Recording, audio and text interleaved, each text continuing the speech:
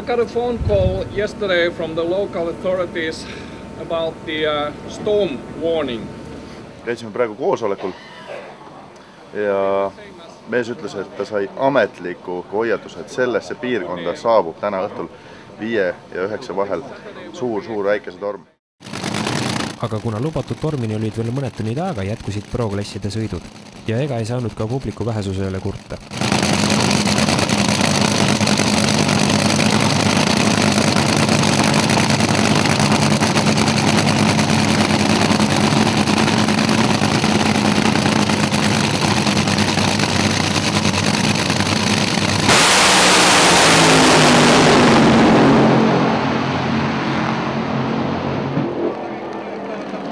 Ning ka Top Metanol Dragsterit ei saa just üleliia aeglaseks sõidukiks pidada.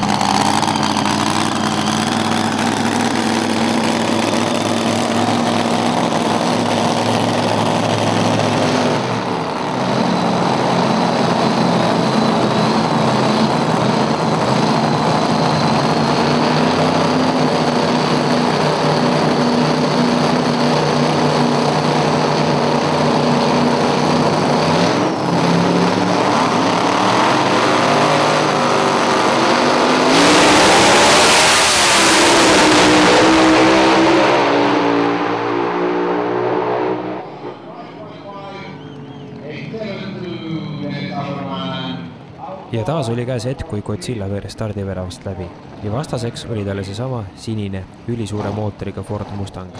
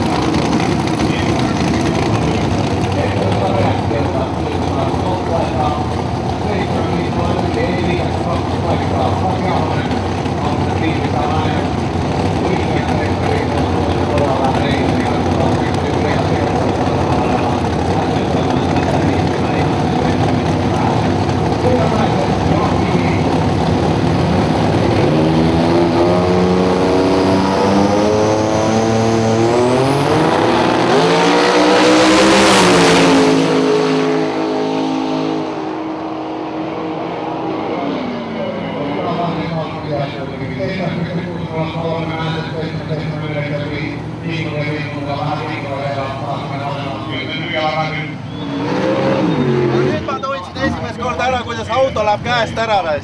Ja auto läks käest ära. Täiesti uskunud.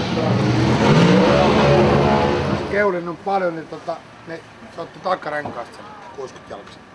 Igal juhul mehed arvasid, et ma lõin 60 jalga märgi maha tagaratastega, et esirattad lihtsalt ei langenud maha nii ruttu kui vaja. Aga tagaratastega 60 jalga 1,4 on minu meelest väga kõva. Aga see läks liiga... Seal on mitte jodanud maasse. Jotain siellä, että on ollut koko päivä siellä tässä. On jah. Se on lähellä. Logissa, et see rengad menivad ringi seal. Et seal on liugas paika. Rengad menivad. Kuidagi läks libedaks ära lihtsalt.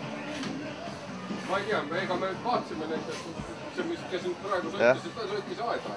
Ega me ei vaadanud, ta läks ära ja vaatsime, aeg oli ju, me vaatame siin. Pani välja? Jaa, ta oli siin aeda sõitanud, peale finissid ju. Jaa. Nüüd siis on selge, et seal lõpus ei olnud tegelikult probleem ainult minul, et oli ka kõrval Viklundil oli vähe tegemist rajal püsimisega ja kui me nüüd videot nagu tagant järgi vaatan, siis mõlemad läksid ühes kohas, ühel hetkel ja 1 meetri peal põhimõtteliselt käest ära. Ja ma arvan, et seal on mõne Top Fueli või Top Metanol Dragsteri õli maha läinud, mida pole siis kohtunikud märganud. Sest see ei ole loogiline, peale meie sõitu sõitis üks auto veel ja see pani seina. Ja varjude lahti tõmbamisel siis tekkis seal siis lõpu mahakeeramisel väike segadus, et kuidas siis ära mahtuda sinna, kuna mulle tundus, et kõrval konkurendil oli väike paanika sees, et saaks ruttu rajalt maha, et tal vist käsi värises kõvasti, nii et aga no mis seal ikka on, see on tavaline motosport ja käib drag racingu juurde, et sellised driftimised 300 kilomeetrit tunnis. Aga noh, me võtsime otsuse vastu, et see stardis see nina tõstmine ja finaalidesse niimoodi vastuminek on natuke riskante, et me ei tea, kuidas see mõjutab meie sõitu ajaliselt, et kas me sõidame 7-5 lõhki või ei sõida, aga meil on vähemalt teada selline setting, millega me ei sõida 7-5 lõhki ja Tõnis siis paneb 4 lingi tagasi, nii nagu ta oli, et oleks stardis veidi rahulikum. Ja Karol paneb uued küünlad ja siis me võtame siis ette väikse söögi tegemise, et minna õhtule ja puhata homseks finaaliks välja, loodame, et siis ei tule seda vihma ja tormi, mida siis siin ennustati. Tänapäeva võidusõidu autol on väga hea võimalus, võtad arvuti lahti, pistad juhtme külge ja võtad logi välja ja vaatad, mis siis tegelikult juhtus. Sellel hetkel, kui minu auto tegelik kiirus oli 270 km tunnis, siis mingi hetk hakkasid rattad käima ligi 300 km tunnis. Ja nii mitu korda, gaas maha, uuesti peale ja jälle peaaegu 300 km tunnis. No selge, seal mitte ei olnud liiga palju hobujõudu, seal pidi olema pidamise probleemid, et see finišijoonel rataste ringi minek, see peab ikka korrutuma need hobujõud, et see ei saa olla nii lihtne. Ma arvan, et see õli ikka tegi oma töö. Õhtu möödus siiski rahulikult ja lubatud suur äikesetorm ei tulemata. Tuul lihtsalt sakutas telki tavapärasest veidi tugevamini, aga see oli ka kõik. On siis pühapäeva hommik ja finaalide päev. Nagu te kuulete, siis tegelikult autod juba käivad ja kõik seadistavad ja otsivad seda viimast võimsust, et mida saaks siis finaalides ära kasutada. Aga ma ütlen, et las pingutavad. Me siis teeme oma sõidu ja kui me teeme oma sõidu ja kui ma võidan ise ennast, siis võidan ma sellega võistluse samuti.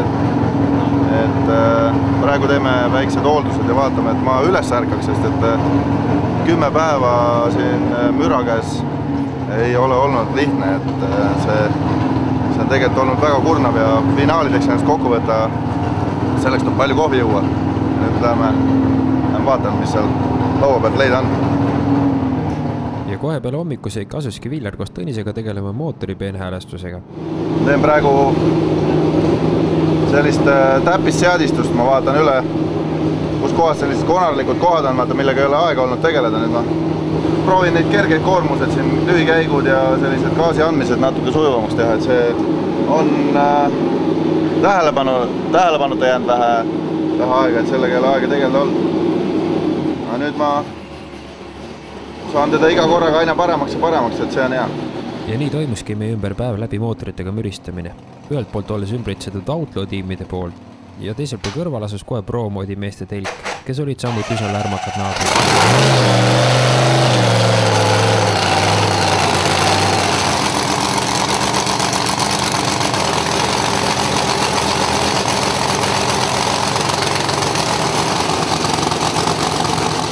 Peagi aga veeresid Villari boksist mööda juba tuttav roheline Opel ja punane Ford Mustang.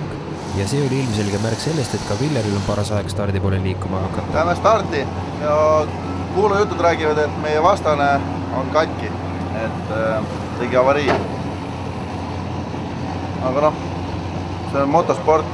Samas ei olnud ta väga konkurentsivõimeline, aga oleks taht ikkagi sellist show'd pakkuda, kuidas nagu sõidetakse. Nüüd meil jääb üle vaid teha testisõit, et kui lähedale me selle 7-5-le saame. Ma loodan väga, et see jaheilm ei tee seda, et me sõidame 7-5 lõhki, see tähendab automaatselt kaotust. 7-5 on klassi turvaindeks ja seda ei tohi ületada.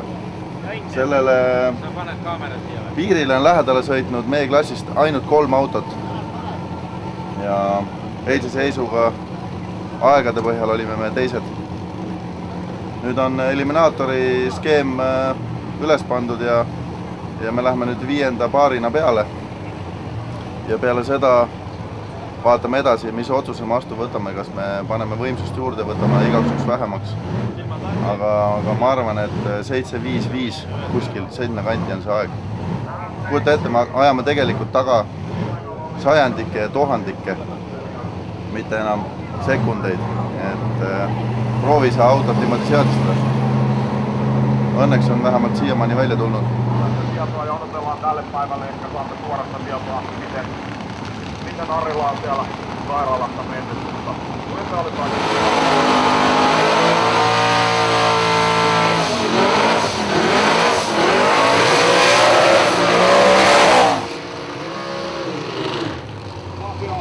ja Rana 20.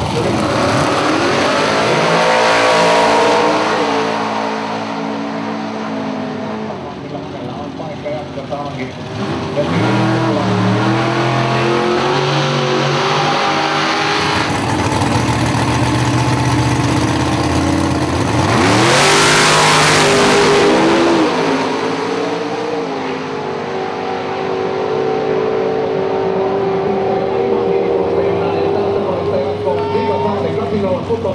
Ja nyt sitten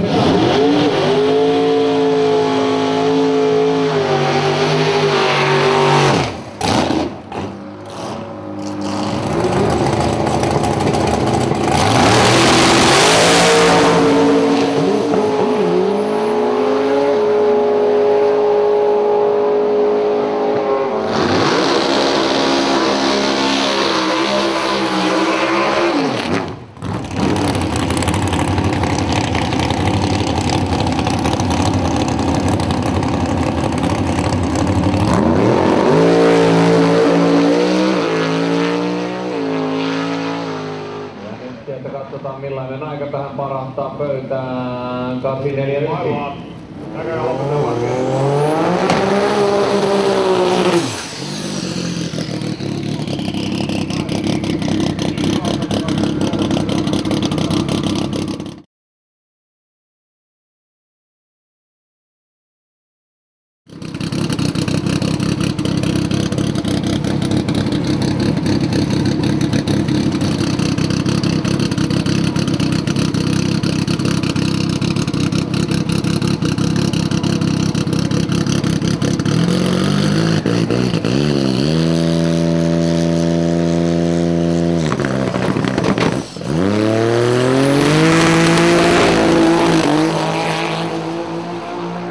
ja nüüd finaalsõitude ajal oli Villeri automootoriga midagi järsku juhtunud, sest mootorsuuri stardis peaaegu et välja.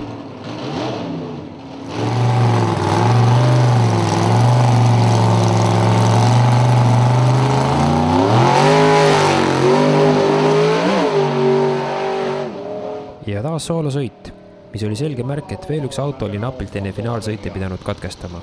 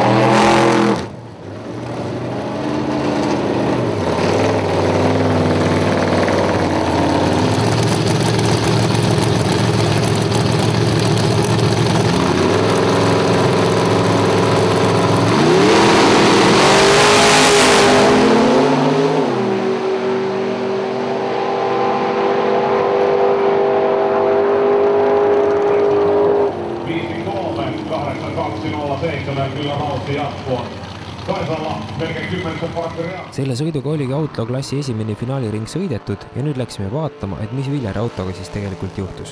Meil on mingi elektriprobleem praegu. Meil nukaandurid ei loe ja pöörde peal tuleb viga sisse ja loomulikult siis terve seade läheb paigast ära. See esimene sõit, mis me tegime, seal oli kohe näha, et midagi on paigast ära. Ja nüüd me ei leia viga üles. Me praegu otsime, võib-olla on ajuurs viga. See ei ole väga lihtne asi leida, aga praegu läheb kiireks. Villeri boksis valitsev õhkkond oli pehmelt öeldes pingeline. Meeskond, kes oli harjunud, et nende auto alati töötab ja ühtegi probleemi pole, olid järsku sattunud sellisesse olukorda, kus nad ei suutnud tekkinud viga leida. Stardialas aga tegeleti samal ajal kõrvade kinnihoidmisega.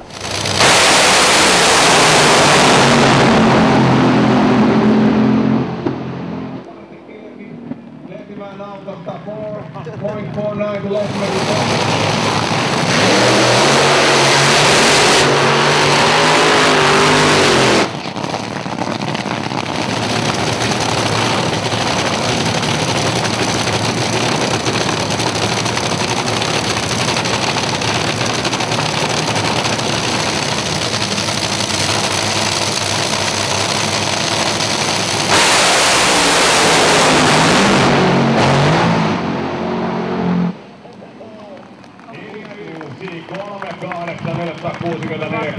Tunnissa.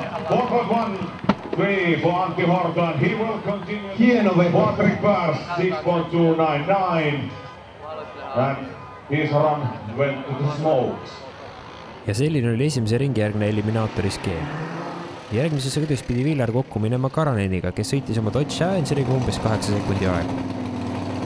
Villari autotaga kummitasid endiselt tehnilised probleemid. Viga on ikka sees, aga auto töötas paremini, kui me need küüned ära vahetasime. Et nagu füüsiliselt nagu kõrvaga ei kuule mingid häired, aga ajusse tuleb viga sisse, et nuka lugemisega on mingi error, et tegelikult me ei tea, mis probleem seal võib olla.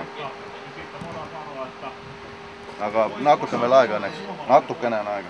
Meil ei ole eriti aega siin lammutada. Päis ütle sisse oleks. Järgmine sõit on sul 5.30-ga. See sama, mis seal nurgas on, saaks koha pealt minema, siis on kõik korras. Nuka errorid ei tule niisama sisse. Vaatame, mõnda asja saab veel kontrollida. Võtab kupli märjaks sükkas üheks. See inertsiga keeras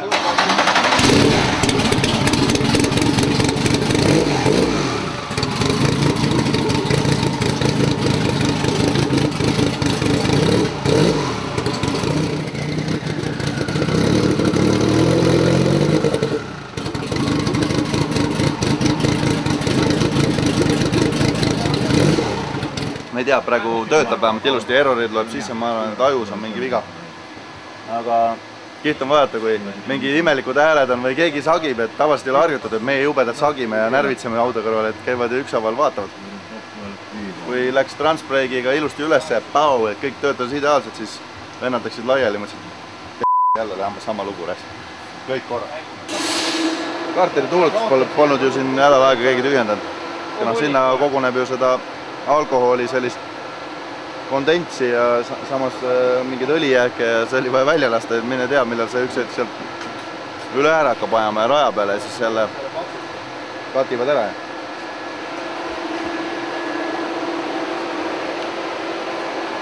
Pro-moodid olid tegelikult peale minemas ja hakkas jälle tibutama, et meil on oleme nagu ikka, nagu Santa Poodiaks sattunud.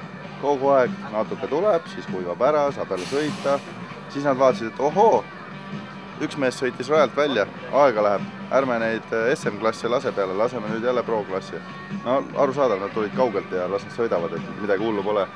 Aga ma veel ei tea, et kui pikalt nad üldse venitavad või kui pikale nad selle võistluse viivad, siis meil on vaja ikka laeva peale ka jõuda täna, nii et see buss ei lähe 150 välja, see sõidab ju 80-ga. Ootame, äkki saaks ikka sõita ühe korra või 2 korda või 3 korda. 3 korda sõidame, siis see kolmas sõit ongi finaali sõit, mis on nagu eriti magus. Tundub, et enam juurde ei tule, nii et kohe hakkab jälle pihta.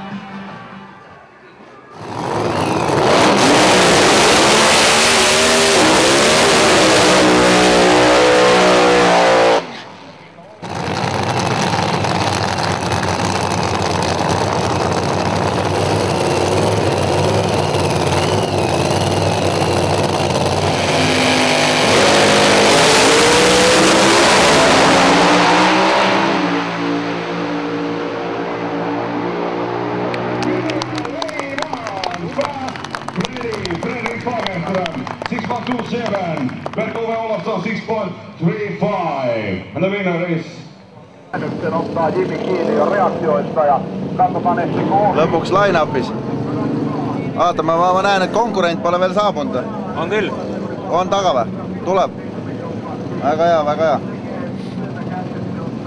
Saab vähemalt ära katsetada, kas see süüte probleem on alles või läks nüüd ära, et loodetavasti teda enam ei tule, aga väikene uss närib hinges ikka.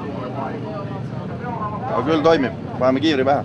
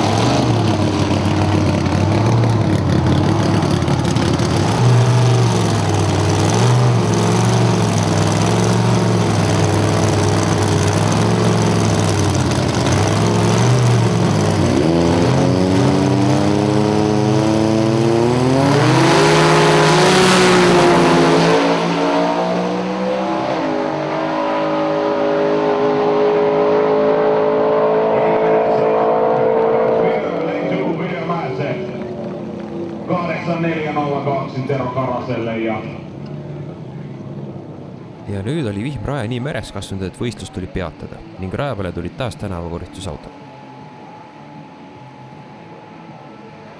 Kõik töötas nagu lootsime ja sai selle teise ringi võidu ka ära võetud, nii et võtsin enne finišit jälle hoo maha. No ma nägin, et sealt ei tule vastast ja võtsin gaasi maha, tõmbasin viduristusvarjuga lahti, et no 7-5 kindlasti lõhki ei läheks. Mis ma oskan öelda? Nüüd on vaja üks mees veel välja lülitada, siis lähme finaali. Võtsime mootorijuhtajast logi välja ja kusagil 250 meetri peal, mis see siis kiirus võis olla, kuskil 260 ringis ja hakkasid rattad all ringi käima. Ja ma võtsime nagu natukene, tegi väikest jõnksutamist ja rattad käisid all ringi, käisid ei käinud ja see oli esimene märk, et seal pidi vett maas olema. Ja kui ma olin finišis, siis mul oli esiaken märg õrnalt, nii et see läks ikka nippa-nappa. Aeg oli hea, võit oli käes, samas käest ära läinud. Aga vihmasadu jätkus. Kuna nüüdseks oli rada juba palju märem kui enne, siis tuli kasutusele võtta ka omajagu ekstreemsemad rajakuivatusvahendid. Tegu on siis veoautoga, mille peale on tõstetud reaktiivmootor ja mille kuumad väljalaskekasid suunatakse raja pinnale. Ja nüüd ongi siis meie Nitro National läbi. Küll viimase päeva rikkus ära tegelikult suuresti vihm ja SM-klassid siis jäetigi pooleli ja punktide jagamine käib siis tegelikult ajasõitude kohtade alusel.